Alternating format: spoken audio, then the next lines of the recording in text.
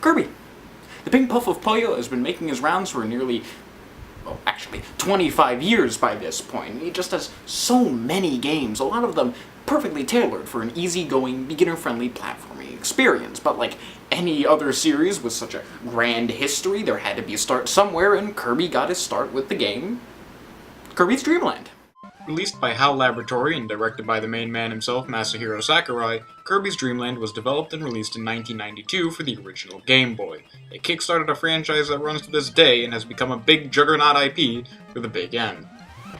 However, we all know about that first game in the series, their unpolished messes, nowadays rendered irrelevant by their far superior sequels. Now, is this the case for Kirby's Dream Land? I mean, let's find out.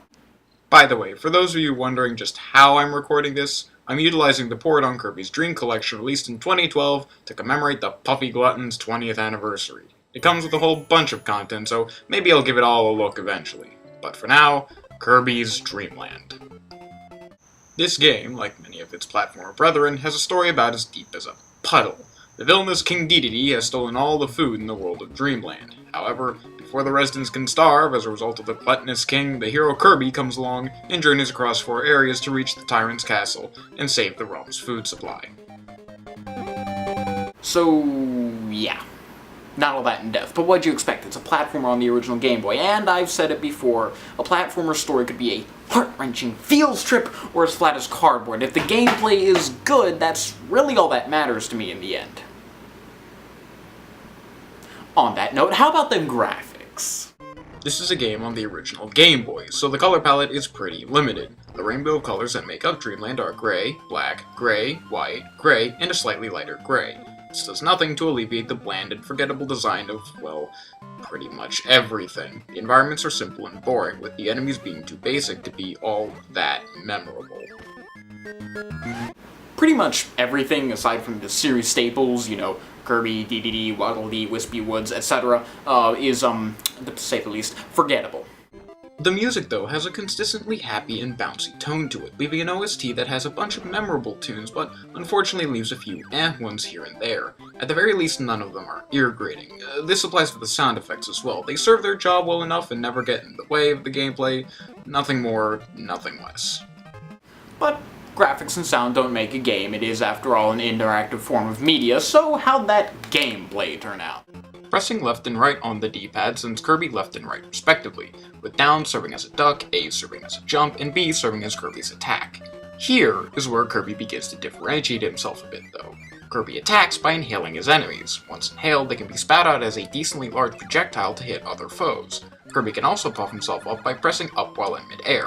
Once puffed up, you can press up or A continuously for an infinite amount of time in order to fly. Pressing the B button in this puffed up state causes Kirby to exhale in the form of a short-range projectile. However, Kirby can't puff up if he has an enemy in his mouth.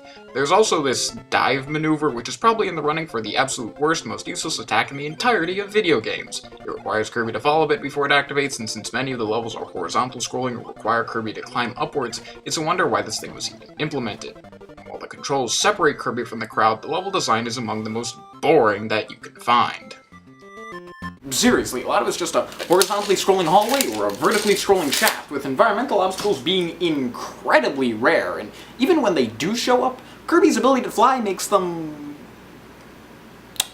oh yes, pathetic.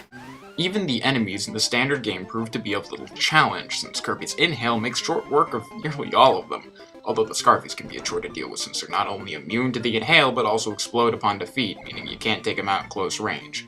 Because of this lack of difficulty in the standard game, health pickups and 1-ups aren't very common among the 4 levels in Dedede's castle, which only kept to about 1 or 2 per level but aren't at all difficult to come across. This same logic also applies to the items that Kirby can occasionally get his stubby little mitts on. There's the candy, which makes Kirby invincible. There's the bomb, which when inhaled and spat out creates a large projectile that destroys everything it comes in contact with. The microphone, which acts as a screen nuke when spat out. There's also the spicy curry, which gives Kirby the ability to spit flaming projectiles at enemies for a short period of time, and the mint leaf, which is only used to fight the stage 3 boss, since for whatever reason, the game all of a sudden wants to become a poor man's 2D shooter. I mean, seriously, these are some of the most situational power-ups that gaming has to offer. In its entirety. Like, I can count the amount of times that I've used each and every one of these power-ups on, 2 hands.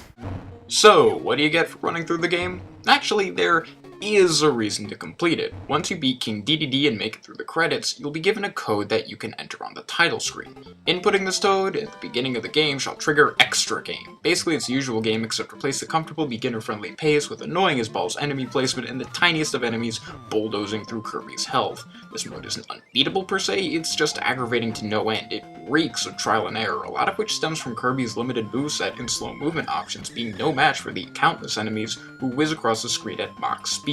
By the 4th stage, I was worn out, and it isn't like you get all that much for completing it anyway, just a sound test and a difficulty select.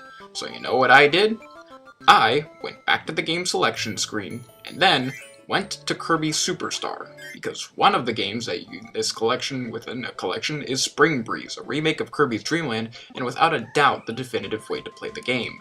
The graphics are bright, colorful, and actually interesting. This SNES allows for much better sound. Kirby can now dash for faster traveling speed. There's a multiplayer function even, and best of all, he actually has his copy ability from later games, making for much more interesting gameplay than the basic crap you got in the original version, since now you can steal the enemy's abilities rather than just projectile vomiting up like a bad Chipotle meal.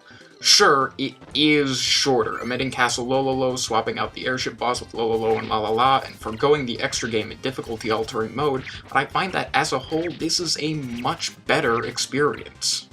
But getting back to the original for a quick second here, is there any reason to really go back to Kirby's Dream Land on the original Game Boy? Nope. There's just this hole where, in any other game, actual, substance would be found. Now, some of you may say this was done so that it could be easy to pick up and play for someone just getting into the platforming genre, but here's the thing. There are other games, Kirby games even, that provide a comfortable, beginner-friendly experience without sacrificing interesting gameplay. The graphics are boring and bland, the sound is okay, the level design is a snorefest overall, and the controls are just meh.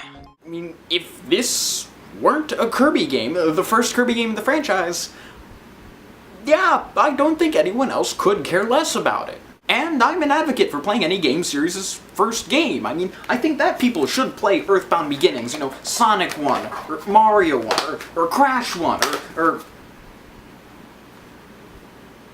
Not that one, but at least with those games, for better or worse, they offer an experience that none of the other games in their franchise do. Kirby's Dream Land doesn't, and as a result just seems like a watered-down prototype of Kirby's Adventure. However, if you're just that curious about the original version, it's on the aforementioned Dream Collection. You can get it for $5 on the 3DS eShop, and a cart for the original Game Boy. It will set you back about 15 or so. I mean, if you're looking for a beginner-friendly platforming experience, I can kind of give it a pseudo-recommendation, as it were, but it's really just too far boring and basic to justify spending actual money on it. But with that being said, if you like this video, you could give it a like, you could comment, maybe even subscribe if you just like me that much for whatever baffling reason. Regardless of if you do or if you don't, I hope you all have a wonderful day, and to see you all again another time.